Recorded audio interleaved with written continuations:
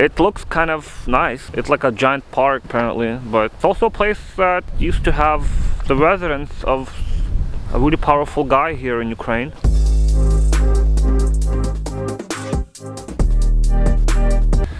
What is Mezhyhirya? I don't even know myself, and it's the first time that I'm here. And well, used to have the residence of a really powerful guy here in Ukraine. And well, I think we're approaching it right now. It looks kind of nice, but it looks just like any other regular park. It just has some nice buildings on the left and right of us. And apparently you can just spend the whole day here. And the sad part about it is that you have to pay to get in. You have to pay 150 hryvnias, which is I don't know how much that's in dollars, but maybe like $5 or something, $6. But it still makes no sense to pay money to enter a park. Like, I don't know, most parks are free, right? I mean, I could understand paying money to go into a zoo. That makes sense. You're gonna walk around outside and you're gonna look at animals. It makes sense to pay a little bit of money. But if you go to a park that has trees and a bunch of like chairs and a bunch of benches and maybe a few nice little sculptures and a nice view perhaps, but still I believe that should be public, in the public domain. It should be publicly accessible. It should be maintained by the city or by the government, however beautiful it may look. And not like, it makes no sense to hide that sort of stuff by some sort of a paywall. But that's how it is here. And so we'll keep walking and we'll see what else is out here.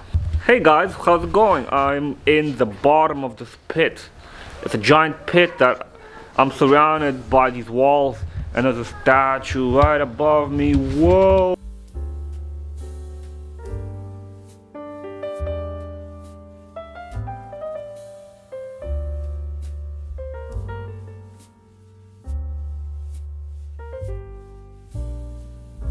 Well, I'm right in front of the big mansion again, and what's really cool about it is that right in front of it there's a giant park. It's all covered up a little bit, but it's a giant park, and it has all these beautiful pathways, all these beautiful trees, and then it's sort of like a ravine that goes down, and that ravine goes all the way down, as you can see, to the river Dnipro. Check this out, there are no railings anywhere.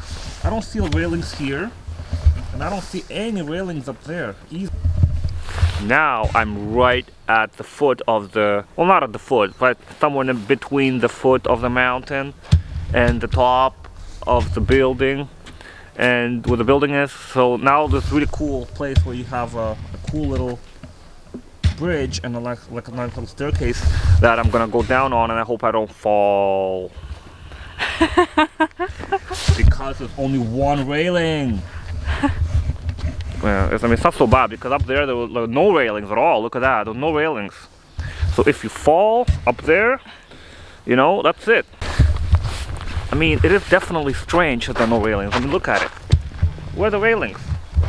What if you fall? I mean, especially right now, it's like a massive slipping hazard. You're gonna slip, you're gonna fall, you're gonna break your neck, and then what? The nearest hospital is probably miles and miles away, you know, and this is Ukraine. I mean, so you can imagine what kind of medical care you're gonna get. You're gonna get no medical care. So here we are at the foot of the little hill where the Yanukovych residence is up there. This used to be all private property. It used to belong to one guy. And when the Euromaidan happened, all the people that gained power after Euromaidan, they all agreed that this should be a park, a general park for the people to enter it. And this was sort of made to look like they're actually fighting corruption, like, oh look, we turned this giant, and it used to be free at one point, now they started charging people for it. But I think it was just a way to show everybody that, hey, we're fighting corruption, but no, they're not really fighting corruption. All the schemes, all the favorism, it all remained. The legal system is still kind of, well, it is pretty corrupt. It's still a lot of you know, shady dealings going on there, but at least they chopped off the head, but the body remained. That's sort of analogy I want to make. And as you can see right behind me, there's a beautiful key of Sea is what it's called, the Kiev Sea, and the Dnipro technically river kind of continues further down south and further up north. So that's basically where we are. Well, apparently, according to my compatriot here, the birds are nice, and I call them stupid. The birds are nice and not stupid. Hey little guys, how are you? Just walking in circles.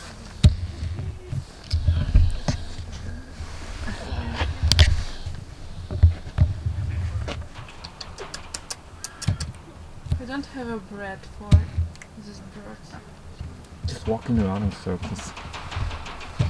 That guy is going crazy. Look at that. The guy in the back doesn't know what he really wants out of life. What are white pigeons called? I think they're called doves. Are you a turkey? Yes, you probably are a turkey.